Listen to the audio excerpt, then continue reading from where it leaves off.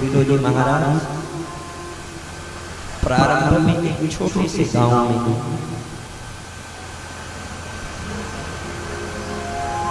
जिनका जन्म हुआ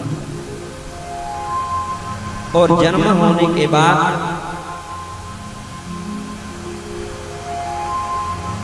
कहते हैं कि वो नेत्र उनके आंखें नहीं, बचपन से ही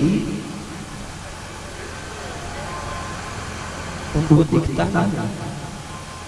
धीरे धीरे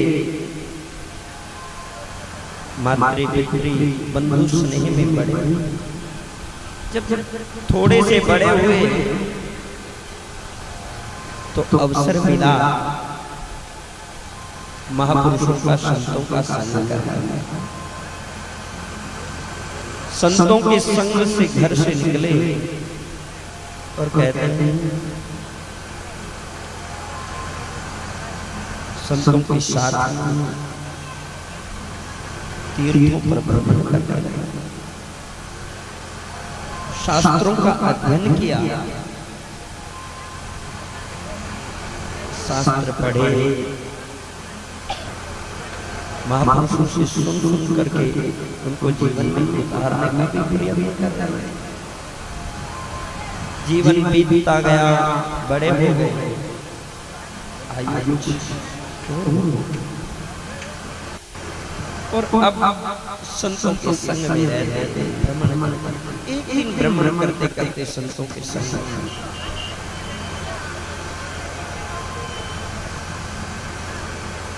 सम्राता से कुछ दूर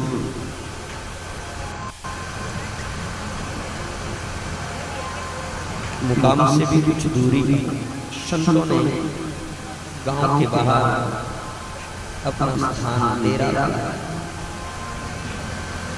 सभी संतों के साथ में वे वहीं आए और जब प्रातः काल जल्दी उठे, स्नान किया, ध्यान करने बैठे, आंखें तो वैसे भी बंद और हृदय से प्रकाश जगा करके परमात्मा के दर्शन के लिए श्वास को धीमा करके त्रिकुटी में ध्यान में रमण हो रहे थे। उसी समय उनके कानों में एक आवाज सुनाई दी। सूर्य उदय होने वाला ही था। सूर्य की इधर से किरण निकली और इधर से उनके कानों में आवाज सुनाई दी। गुरु चीनु गुरु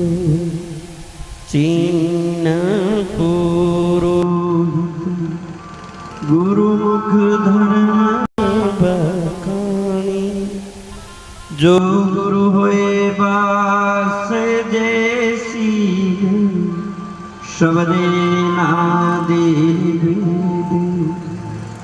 गुरु का अलंकार पिछानी। जैसे ही ये आवाज सुनाई दी कि ध्यान जो लगा था वो ध्यान टूटा और उस ध्वनि के अंदर मन लगा और विचार करने लगे कि ये वाणी बड़ी सुंदर है और मेरे हृदय को इतना खींच रही है, तो परमात्मा को चिन्हने की बात कह रही है। इन शब्दों में कुछ ऐसा ब्रह्म ज्ञान जो मैं हमेशा से अध्ययन कर रहा हूं, सुन रहा हूं, मैं आज मेरे हृदय को इतना प्रसन्नता और इतना आह्लादित कर रहा है, मैं ध्यान भी नहीं कर पा रहा, केवल यही मेरे मन में इसको सुनने का बार बार मन करता है। सुनते रहे कुछ, जैसे जैसे पाठ चलता रहा और सुनते रहे आगे आगे, एक शब्द सुना, दूसरा सुना, तीसरा सुना, बेचैनी हो गई। कहां से ये आवाज आ रही है? उस आवाज के पीछे जाने की इच्छा थी। वहां से अपने आसन से खड़े हुए, प्रणाम किया आसन को और चल दिए बाहर। एक संत मिले, उन्होंने कहा कि अब ध्यान का समय, अब सभी संत बैठे ध्यान भजन कर रहे हैं, आप कहां जा रहे हो? तो मैं कहीं जा तो नहीं रहा, रास्ता मुझे पता नहीं है, पर ये आवाज कहां से आ रही है ये मैं जानना चाहता हूं। ये वाणी जो बोली जा रही है ये मुझे अपनी ओर खींच रही है, ये कहां से आ रही है? मैं वहां जाना चाहता हूं, मेरी इच्छा है।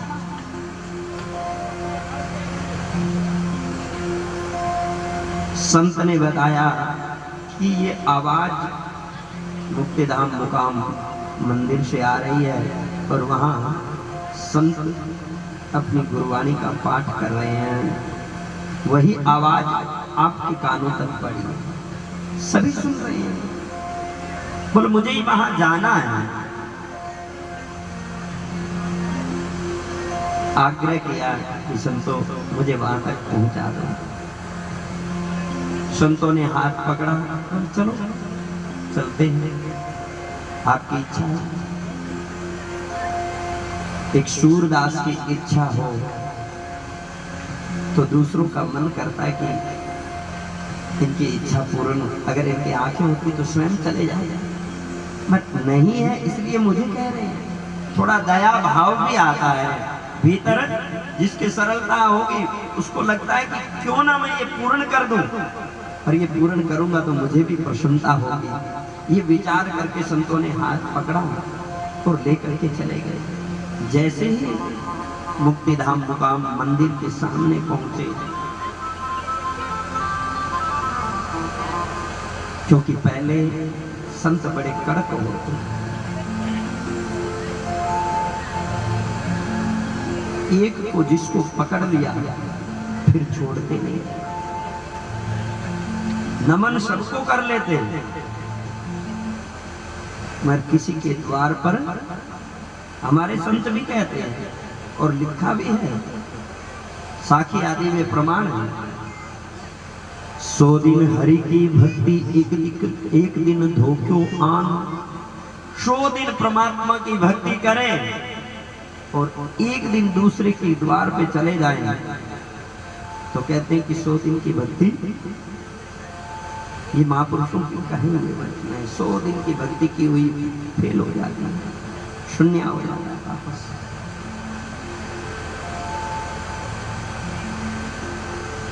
तो मन में विचार किया, उनको नहीं पता था कि क्या है क्या नहीं है, पर उनके मन में आज लोग नहीं समझ पाते किससे जुड़े हैं, कौन किस, बस अपने मन की।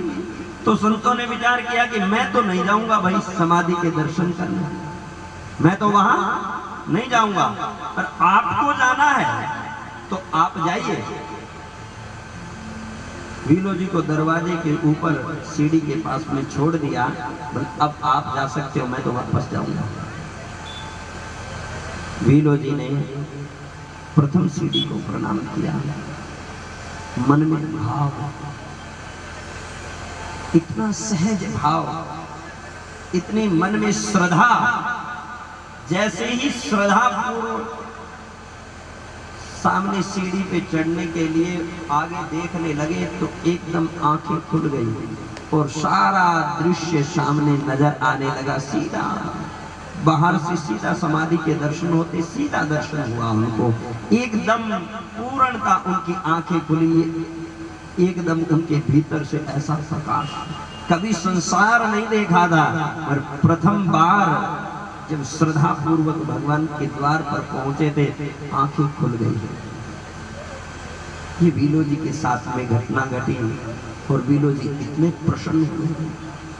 वीलो जी ने संत महापुरुष जो छोड़ करके गए थे उनसे कहा कि रुकिए महाराज, रुकिए, 1 मिनट रुकिए, आपको बार बार वंदन है, आपने मुझे इस स्थान तक छोड़ा, अब मुझे आगे छोड़ने की आवश्यकता नहीं है। आप यहाँ छोड़ करके जाना चाहते हो तो जाइए, मगर आपको मैं बार बार वंदन करता हूँ, आपका किया हुआ उपकार मैं कभी जीवन में नहीं भूलूंगा।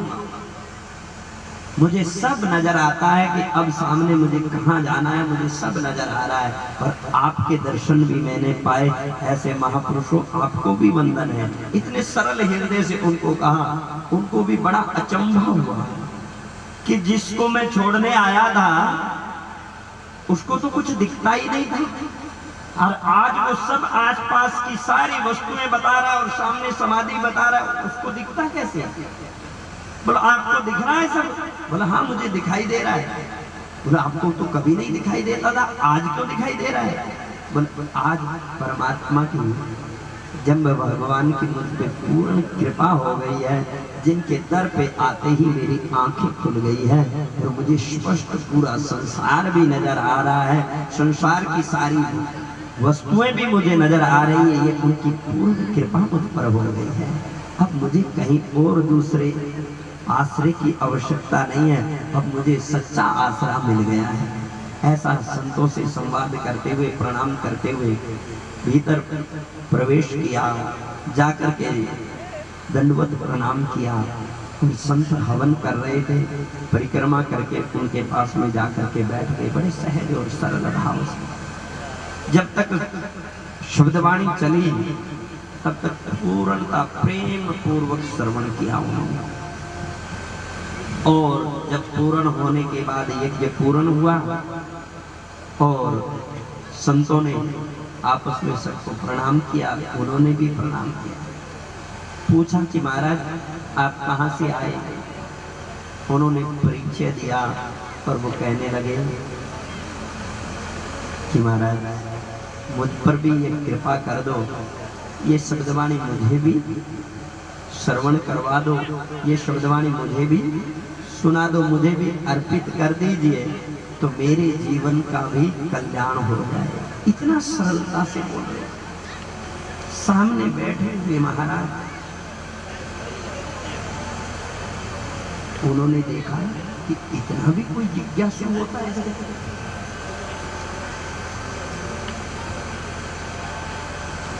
इतनी जिज्ञासा देख करके विलो जी की और उनके मन में आया पहले तो कुछ नाम और था। उस दिन नाम विलो जी हुआ, क्योंकि वो परमात्मा में विलय हो मिल गए। जो विलय होने का नाम, उस दिन उन्होंने पीछे का सब कुछ छोड़ करके और आज जम्बवाणी में और जम्बेश्वर भगवान के पंथ में विलय हुए, इसलिए उनका नाम उस दिन से विलो जी नाम पड़ा। बोले विलो जी महाराज की।